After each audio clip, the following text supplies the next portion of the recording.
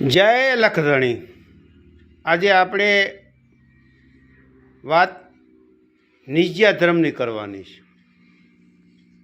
નિજ્યા ધર્મની વાત કરવા માટે ખાસ ફરજ પડી છે કે ઘણા લોકોના મુખેથી મેં વાત સાંભળી છે કે નિજ્યા ધર્મમાં જે નર ને નારી હોય તો જ એ દક્ષિણા લઈ શકે, એટલે ગુરુ ઉપદેશ અને સાથે બેસે, આવું જે માન્યતા છે એ અમુક લોકોએ જ ઊભી કરેલી છે। દાદા રામદેવ પીરે આ વાત નથી કરી, એ તો વાયકની વાત કરી છે કે વાયકમાં નર ને નારી હોય તો ચાલે, પરંતુ કોઈને નારી હોય અથવા તો નર ન હોય અથવા નરને નારી ન હોય તો વાયકમાં જઈ શકે છે અને ગુરુ દક્ષિણા એકલો પણ લઈ શકે છે કોઈ પણ વ્યક્તિ। જેસલ તોરલનો દાખલો લઈ લ્યો। જ્યારે મેવાડથી રૂપાદેન માલદેએ વાયક મોકલ્યો અને ખીમડો કોટવાળે વાયક પુગાડ્યો, ત્યારે તોળાદે અને દીપિકીઓ રથ લઈને ગયા હતા। ત્યાં એમનો પતિ સાથે નહોતો, જાડેજા, એમ કે વૃદ્ધ અવસ્થા થઈ ગઈ હતી, શરીર કયું કરતું નહોતું, માર્ગ અઘરો હતો, જવા આવવામાં રોદાના હિસકા ખાવા પડે એમ હતા, હવે શરીર ઝીલી શકાય એમ નહોતો, વૃદ્ધ અવસ્થા થઈ ગઈ છે। એટલે પોતાએ કીધું કે આપ દેવી જઈ આવો, મારી ચિંતા મૂકી દો, વાયક આવ્યો છે અને ખુશીથી જાઓ। ત્યારે બધાને ખબર છે કે તોળાદે એકલા જ ત્યાં પાટે ગયા હતા। એટલે આ એક દાખલો, હજી અમુક દાખલા તમને આપું, કેમ કે ઘણાઈને ખોટી માન્યતા છે કે ન જવાય, નરીના નારી હોય તો જ જવાય, પણ જેનામાં જ્ઞાન ઘટે છે, પૂરતો આ તત્વને પામ્યો નથી, ત્યાં લગી એનું જ્ઞાન અધૂરો છે। આ તો સર્વે જ્ઞાન હોય અને સર્વે માહિતી હોય એને જ્ઞાનનો પ્રકાશ પડે છે। એટલે આ નિજ્ય ધર્મ, જેને નિજ ધર્મ કહેવામાં આવે છે, એ જૂનો ધર્મ છે દાદા રામદેવ પીરનો। અને દાદા રામદેવ પીરે ક્યાંય પણ એવી વાત લખી નથી કે નર ને નારી, સ્ત્રી ને પુરુષ આ ધર્મમાં જ બેસી શકે, એકલો નહીં। તો આ અમુક લોકોએ ઊભું કરેલી વાત છે, દાદા રામદેવ પીરની વાત નથી। જ્યારે દાદા રામદેવ પીર સમાધિ લેતા હતા એ વખતે છેલ્લા જે એણે 24 ફરમાન આપેલા છે એમાંય પણ ક્યાંય બતાવ્યું નથી।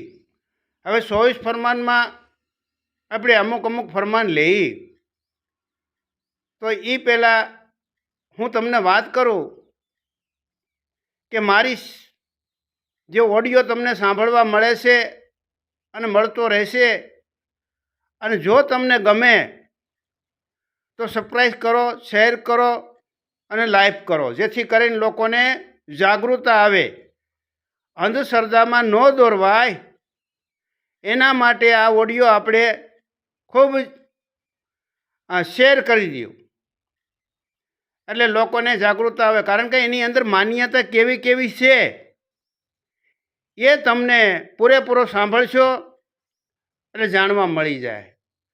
હવે આની આ જે નિજ્યા ધર્મની વાત કરે છે, નિજ કહેતા તમારો આત્મા છે, હર કોઈ વસ્તુમાં એક જ ધ્યેય ઉપર જવાનું છે, આત્માને જાણવાની વાત છે.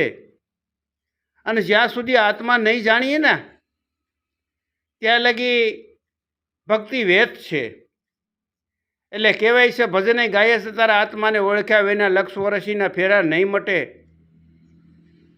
તારા મનની ભમણા નહીં ભાંગે, અને સતગુરુનું જ્ઞાન તું જરૂર જાણી લે એટલે તારી બધી ભમણા ભાંગી જાય અને બધા પ્રશ્ન લઈ થઈ જાય છે. જોકે ઓડિયામાં જાજી વાતનો લેક્ચર હું ન કરી શકું, અમુકને લેક્ચર લાગે છે, પણ મારા જે શબ્દ છે ને એ સચોટ ને સોલિડ છે, સંતો મહંતોની વાત છે. આ હું ઉદાહરણ આપું છું. ભગવાન શિવની વાત લઈ લ્યો. ભગવાન શિવ હતા જે આપણે એના દેહની અંદર બે ભાગ કરી બતાવ્યા. એક બાજુ નારીનો રૂપ, એક બાજુ પુરુષનો રૂપ. એટલે નર ને નારી બે એક જ દેહની અંદર બતાવેલા છે. અને શિવ અને શક્તિ વિચાર કરી લ્યો, કાંઈ એક જ દેહની વાત છે, પછી એ દેહની વાત નારી કેમ ન જાણી શકે અથવા તો નર કેમ ન જાણી શકે? અને હા, દાદા રામદેવ પીરે એમ કીધું છે કે તમે જે સંસારમાં રહ્યો છો અને સમાજની રૂએ જે સોરીના 7 ફેરા ફરેલા છો અને જગ જાહેર અનેક માણસોની રૂબરૂમાં તમારા લગ્ન થયા છે અને લગ્નથી જોડાયેલા પતિ પત્ની તરીકે તમે ધર્મમાં સ્થાપિત થયા છો, તો તમારી જે પતિ પત્નીને જે ભાવના જિજ્ઞાસન લાગણી છે તો આત્માનું મિલન કરી શકે છે. નહીં કે પર સ્ત્રીની વાત. દાદા રામદેવ પીરે ના પાડી પર સ્ત્રીને. એટલે પુરુષને પણ કીધું કે પર સ્ત્રી છે મહાપાપ છે, કારણ કે પોતાનો ધર્મ નથી, ધર્મ સૂકી જાય તો પાપ ગણાય છે અને ટીકાપાત્ર થાય છે. એટલે નિજ્યા ધર્મના દાદા રામદેવ પીરને કોઈ વટલાવવાની કોશિશ કરતો હોય અને બાયુનું શોષણ કરતા હોય. મેં વાત સાંભળી છે કે એની અંદર સ્ત્રી અને પુરુષ બે હોય એટલે એને ઉપદેશ દેવાનો, એકલાને નહીં. અને પછી જે બીજકની વાત આવે છે એ બીજક ધરવું પડે. આ કેટલી ડબ ઊભી કરેલી વાત છે. એના સુવારાથી એના પોતાના ડબ નીતિના હિસાબે આ ઊભું કરેલું છે. દાદા રામદેવ પીરે આવું ક્યાંય પણ કીધું નથી શાસ્ત્રીની અંદર. એટલે આવા માણસો પાસે ઉપદેશ ન લેતા. આવા માણસો પાસે ઉપદેશ લેશો તો તમારી પેઢીઓ ડૂબી જાય. કારણ કે જે રસ્તે આપણે હાલ્યા છીએ એ રસ્તે પ્રજા કંઈક વહેલા મોડે હાલવાની હોય, આપણા કુટુંબ કબીલાની ઈચ્છા થાય અને નારીનો જો શોષણ થતું હોય તો એ ધર્મનો રસ્તો નથી, અધર્મનો રસ્તો છે.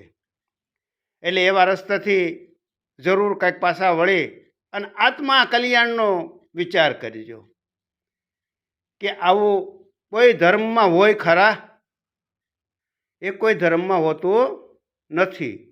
એટલે બધાની જે નીતિ છે એ જે નિજ્યા ધર્મને બટલાવાની એવા લોકોથી બસવાનું રહેજો. અને સંતો મંતો જે અમારા જેવા જે માલમી છે અને જાણકાર છે એવાની પાસે આવી અને તમે પૂર્ણ જાણો તો જ્ઞાનતા પ્રાપ્ત થાય છે. એમ નામ જ્ઞાનતા પ્રાપ્ત થતી નથી.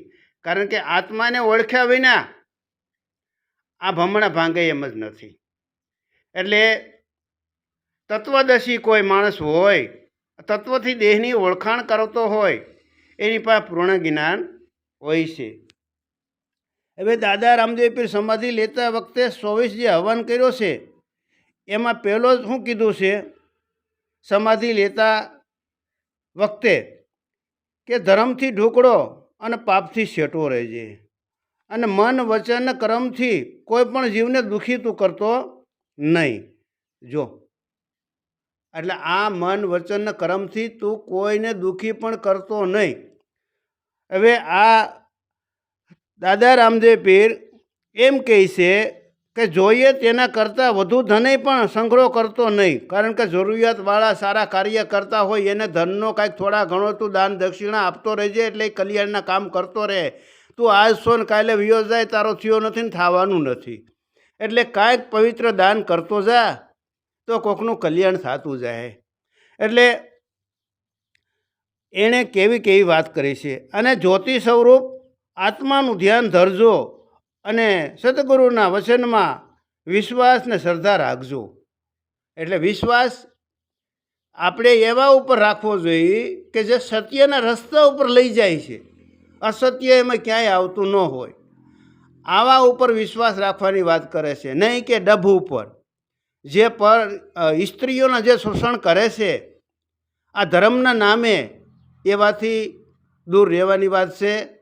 અને ધર્મમાં ઢોકળું રહેવાની વાત. ધર્મ કોને કહેવાય કે પતિ ને પત્ની, બે સ્ત્રી ને પુરુષ બે પતિ પત્ની છે, જગ જાહેર લગ્ન થયેલા છે, એનો ધર્મ ગણાય છે. એનો આત્માનું મિલન જ્યારે ઈચ્છા થાય ને એને મોકો મળે ત્યારે એ કરી શકે છે, કારણ કે આત્માનું મિલન છે. આત્મા મિલન છે એ જ એનો પોતાનો ધર્મ છે. દાદા રામદેવ પીર આ એને જે છેલ્લે વાત કરે છે કે પતિ પત્નીનો ધર્મ છે અને એ ધર્મ પાળે અને રીત રિવાજ પ્રમાણે હાલે. હવે અહીંયા પર સ્ત્રીનો જે શોષણ થાય છે, સ્ત્રી કોકને સોંપી દેવાની વાત કરે છે. આવડા નિજ ધર્મવાળા એ હાવ ખોટી ઊભી કરેલી વાત છે. એટલે આવા લોકો પાસે જવાય નહીં. અને સારો જ્ઞાન પીરસતો હોય, પરિસ્થિતિ તો મા દીકરી જેવી ગણાય છે. હવે મા દીકરી જેવી જો પરિસ્થિતિ ગણાતી હોય તો એની માથે કૂડી નજર કેમ થાય? આપણી બેન દીકરી હોય ખુદની તો આપણે એની ઉપર કૂડી નજર કરીએ છીએ? તો ગુરુ ઉપદેશ તો બાપ હોય છે, ગુરુ બાપ હોય છે. હવે બાપ જ ઉઠીને પરિસ્થિતિને બીજાના સોંપી દે તો આવા ડફ લોકોની પાસે ન જવાય. સુધારી લ્યો, કંઈક તમારો મનખ્યો આ ભવની અંદર તમે આવેલા છો, વારંવાર આ ભવમાં અવતાર મનુષ્ય મળે એમ નથી. સારા કર્મ કરશો તો કદાચ ને પ્રભુ પરમાત્મા કૃપા એની વર્ષે અને સારો અવતાર મળે, પાછો મનુષ્ય અવતાર મળે. ન મળે એવું તો કાંઈ નક્કી જ ન કહી શકાય. આને તો જેવા કર્મ કર્યા છે એવા ફળ એના મળે છે. એટલે આવી એક ઘણી વાત છે. અને નાત જાતના પણ વાળા આની અંદર ન હોય, કારણ કે નાત ન જાત જે છે એ સ્ત્રી અને પુરુષ બે જ છે. અને ત્રીજો છે કિન્નર. આ તો વરણ ઊભા કરેલા છે, વરણનો વાદ ન હોવો જોઈએ. 18 વાળા એક હોવા જોઈએ. એને આ આત્માની ઓળખાણ થાય છે. આ જેવા તેવાની ઓળખાણ નથી થતી. આ ડબ લોકોના મનમાં અને વાતો એવી કરતા હોય જ્ઞાનની સત્સંગની કે બ્રહ્માંડ ડોલાવી દે. આખી રાત જ્ઞાન કરે, આખી રાત સત્સંગ કરે અને અનેક એવો અદ્ભુત વાતો કરે કે તમારું બ્રહ્માંડ ડોલાવી દે. પણ મનમાં તો મેલ ભર્યો છે, મનમાં તો પાપ હોય છે, મનમાં ગલગલિયા થાય છે. અને સામે પાત્ર જોઈ અને જાગૃત જેને કર્મ હાવ ખોટા જેને કહેવાય એવા કામના બીજને વાસના તરીકે જોવે છે. હવે વાસના બીજને તો પહેલાં બાળવાની વાત કરે છે. અને તારા એ વાસનાનું બીજ જો ઉત્પાદન થતું હોય ને તો તારો ધર્મ છે એ સંભાળી લે. કયો ધર્મ? કે પતિ પત્નીનો, પર સ્ત્રીનો, પર પુરુષનો નથી. એની સાથે કાંઈ ન પણ તમે કુડી નજરે જોઈ શકો. આ તો અધર્મનો રસ્તો છે. એટલે મારા વાલાઓ ભક્તો, કોઈ કદાચને તમને આવી વાતથી ભરમાવવા માંગતા હોય કે નર ને નારી બે જ હોય તો જ આની અંદર બેસી શકે, બીજા એકલા હોય તો ન બેસી શકે, આવા તો અનેક ઉદાહરણ છે કે સંતોએ આપણને દીધેલા જ છે. હવે સંતો દાદા રામદેવ પીર, આપણે એક થોડીક વાતને ઉદાહરણ તમને આપી દઉં તો એણે શું કીધું છે ભલા. એ દાદા રામદેવ પીર એના માસીએ ભાઈ હરજીને કે ભક્તિ કરો તો હરજી તમે અગમ ભેદ જાણો અને હું કહું તે વસનમાં તમે હાલો. હવે આ વસન સાંભળવો ને વસનમાં હાલવાની જ વાત છે. અગમ કહેતા જે ગમ નથી આપણામાં, માણસ કહે છે કે ગમ થયો ભાઈ કહે તો કે ભાઈ કાંઈ ગમ પડતો નથી. એટલે ગમ પડે ક્યાંથી? હે એટલે કીધું છે ભક્તિ કરો તો હરજી અગમ ભેદ જાણો, અને હું કહું તે વસનમાં હાલો. એટલે ગમ પડે તો ખબર પડે, ગમ ન પડે તો ખબર ન પડે. એટલે આપણામાં જે અગમ છે એટલે ગમ ઘટે છે, એને હિસાબે અમુક લોકો જે સમયનો લાભ લઈ જાય છે અને આપણી મજબૂરીનો લાભ લે છે. હવે અહીંયા તો દાદા રામદેવ પીર એમ કહે છે કે કામના બીજને હરજી પહેલાં તમે બાળો, પર સ્ત્રી અને પર પુરુષમાં.